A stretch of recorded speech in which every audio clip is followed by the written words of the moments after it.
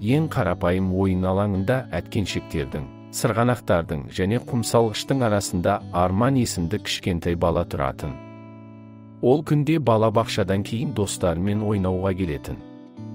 Ойын алаңы әрқашан өмірге толы болды. Балалар әткеншектерге мініп, сырғанаққа көтерілді, жүгіріп тек ойнады. Бірақ соңғы кездері Арман барлық ойындардың әйтеуір бір қалыпқа түскенін байқай бастады. Достар доп ойнады, жасырынбақ немесе құмсалғышта құлыптар тұрғызды, бірақ жаңа ештеңе болмады. Бір күні Арман орындықта отырып, достарының доп ойнағанын тамашалап отырғанда, оның ішінде жаңа бір нәрсе ойлап тапқысы келген. Бұрын ешкім жасамаған нәрсе. Ол барлығын қуантып, қызықтыру үшін не ойлап таба аласың? деп ойлады. Арманның жанында түрлі түсті шарлар бар кішкентай сөмке болды. Бұл шарлар оның сүйікті ойыншығы болды. Олар әр түрлі мөлшерде және түстерде болды. Қызыл, сары, жасыл, көк, тіпті бір гүлгін. Әдетте олармен өз ойнап, жерге домалатып жіберетін. Бірақ осы кезде оның басына бір ой келді. Егер деп сыбырлады, Арман қолындағы шарларға қарап. Осы доптармен жаңа ойын ойлап тапсам ше? Бүкіл кортты пайдалануға болатын ойын. Сол кезде жанына жақын достары Айша мен Ерлан келді. Арман, сен неге жалғыз отырсың? деп сұрады Айша қасына отырып. Кел, бізбен доп ойна. Доп қызықсыз деп күрсінді Арман, мен жаңа және қызықты нәрсені қалай ойлап табуға болатынын ойлап жатырмын. Ерлан таң қалды. Не айтқың келеді? Біз әрқашан бәріне ұнайтын нәрсені ойнаймыз. Міне бітті. деп айқайлады Арман, біз әрқашан бір нәрсені ойнаймыз. Өз ойынымызды ойлап көрейік. Менде бұл түрлі түсті шарлар бар. Біз бүкіл сайтты пайдалана аламыз және әдеттен тыс нәрсе жасай аламыз. Айша мен Ерлан бір-біріне қызығушылықпен қарады. Бірақ біз қалай ойнаймыз? деп сұрады Айша, бірдеңе ойлап көрдіңіз бе? Арман орындықтан тұрып, доптарын қолына ұстап, сайттың әр жерін көрсете бастады. Қараңдар, бізде әткеншек, сырғанақ, құмсалғыш және орындықтар бар. Бұл біздің мақсатымыз болады. Біз доптарды жолдар бойымен айналдырып, осы нысаналардың біріне соғуға тырысамыз. Нысанаға тиген кез келген адам ойынның жаңа ережесін ойлап таба алады. Егер соқпаса, ол артқа шегініп әрекетті қайталайды. Қызық естіледі, деп мақұлдады Ерлан басын изеп. Мен тырысқым келеді. Үнемі жаңа идеяларды жақсы көретін Айшада келіседі. Келейік. Бұл көңілді болады. Олар учаскедегі әрбір нысанға апаратын асфальтқа бор мен ұзын жолдарды тез сызды. Бірінші жол әткеншекке, екіншісі сырғанаққа, үшіншісі құмсалғышқа, соңғысы орындыққа барды. Арман бәріне бір доп берді. Айша сары, Ерлан көк, өзі қызыл түсті. Ал бастайық па? деп сұрады Арман бастапқы сызықта тұрып. Айша бірінші болып сары допты әткеншекке домаламақ болды. Бірақ ол допты қатты итеріп жіберді. Ол тым жылдам домалап, жолдан ұшып кетті. Барлығы күлді. Сау болу керек, деп күлді Айша. Келесі Ерлан болды. Ол көк шарын құмсалғышқа қарай абайлап домалады. Доп баяу, бірақ дәл домалап, ақыры құмның дәл шетіне келіп тоқтады. Мен оны түсіндім, деп Ерлан қуанып айқайлады.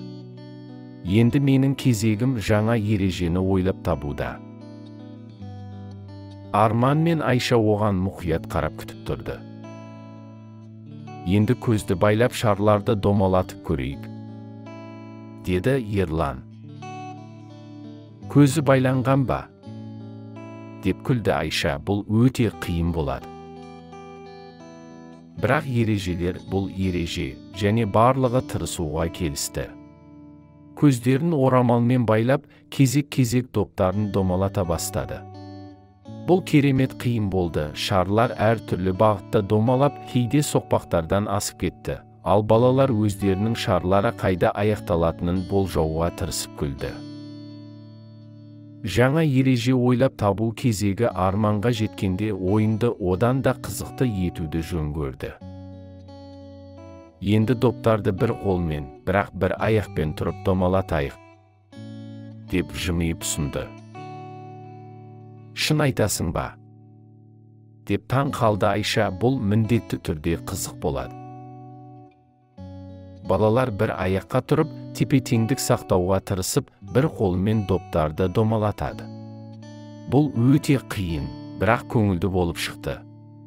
Біреу тепе-теңдігін жоғалтқанда немесе оқ жіберіп алмаған сайын бәрі бір-бірін күліп, қошемет көрсетті. Уақыт өте келе оларға ойын алаңындағы басқа балалар да қосылды. Енді бүкіл ойын алаңы жанданды. Доптар соқпақтармен домалап, барлық жігіттер көбірек жаңа ережелер ойлап тапты. Бір бала доптарды аяғымен домалатуды ұсынды, екіншісі мұны орнында секіру арқылы жасауды ұсынды. Ал біреу тіпті доптарды лақтырып, ұшқанда ұстау керек деген идеяны ойлап тапты. Үнемі ойға толы Айша мүлдем ерекше бірдеңені ұсынды. Енді құм салғышқа доптарымызға құмнан үйлер тұрғызайық. Балалар бұл идеяға қатты қуанды. Олар кішкентай саяхатшылар сияқты кішкентай құлыптар мен доптар үшін жолдар сала бастады. Енді ойын жай ғана көңілді емес, нағыз шығармашылық жобаға айналды. Күн сайын балалар доптардың жаңа бағыттарын ойлап тапты, құмнан қорғандар тұрғызды, олар арқылы шарлар саяды, тіпті таяқтардан көпірлер жасады. Бірақ ойын мұнымен бітпеді. Келесі күні Арман тағы бір жаңа идеяны ұсынды. Допты белгілі бір нысанаға кім жылдам айналдыра алатынын білу үшін жарыссақ ше. Қазір ойын бәсекелестік рухқа ие болды. Балалар жол бойындағы кедергілер мен қиындықтарды ойлап тауып, доптарды жылдамдықпен домалады. Мысалы, бір бала айналып өтуге тура келетін таяқшалардан шағын кедергілер тұрғызды, ал бір қыз лабиринттегідей шеңберде шарларды айналдыруды ұсынды. Біреу жеңіске жеткен сайын қуанатын, бірақ ең бастысы, бұл жай жарыс емес. Бұл шығармашылықпен айналысуға, ойынды одан да қызықты ететін жаңа нәрсе ойлап табуға мүмкіндік болды. Ойын алаңында доппен ойнау тез танымал болды. Енді әр бала ойын алаңына жаңа шытырман оқиғалар мен идеялар күтіп тұрғанын біліп, қуанышпен келді. Тіпті бұрын тек доппен ойнаған немесе сырғанақпен жүргендер де мәрмәрмен ойынға қатыса бастады. Өйткені бұл әркімге өз ойын жеткізуге мүмкіндік берді. Әр күннің соңында балалар үйге қайтып бара жатқанда Арманның көңілі тоқ еді. Ол өзінің шарлар туралы қарапайым идеясы, басқа нәрсеге, әркім өзінше бір нәрсе ойлап табалатын, күн сайын жаңа қызықтар мен жаңалықтар әкелетін ойынға айналғанын білді. Бір күні балалар қызық ойындардан шаршаған соң, Айша Арманға жақындап келіп: "Білесің бе, Арман, сен нағыз өнертапқышсың. Сізге рахмет, біз қазір әлемдегі ең қызықты ойынды ойнап жатырмыз." Арман күлді. Ол мұндай сөздерді естігенде риза болды. "Ең бастысы," деп жауап берді ол, "біз күн сайын жаңа нәрсе ойлап таба аламыз. Ең жақсысы, біз мұны бірге жасаймыз." Осылайша күн өткен сайын түрлі түсті шарлар алаңда айналып, қуаныш пен күлкі сыйлады.